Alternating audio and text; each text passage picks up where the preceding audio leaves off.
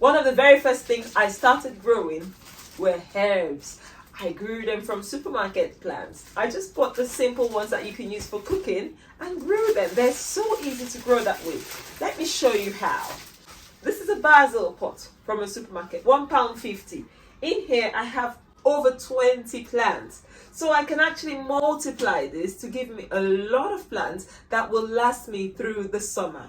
Same thing with parsley.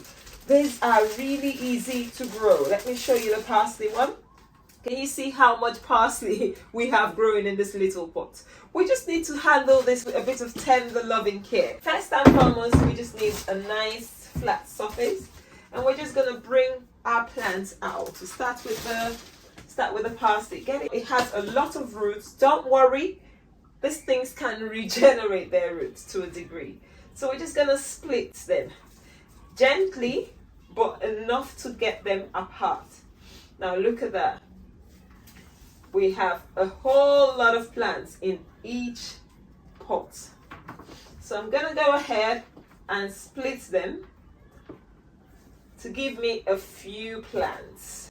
Guys, do you know you can even sell this if you wanted to sell potted plants? You can sell each plant for £1.50 again, making over 100% profit. Ask me why I'm not doing that. And then I've got my compost in some moistened water, so ensure that it's moistened soil.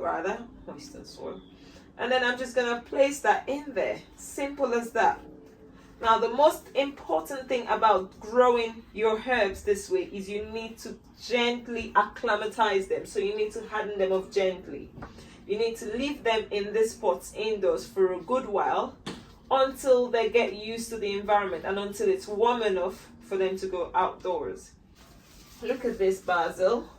Same thing as the parsley. Just split it gently. The root structure will regenerate. There's nothing to worry about. The roots are fine.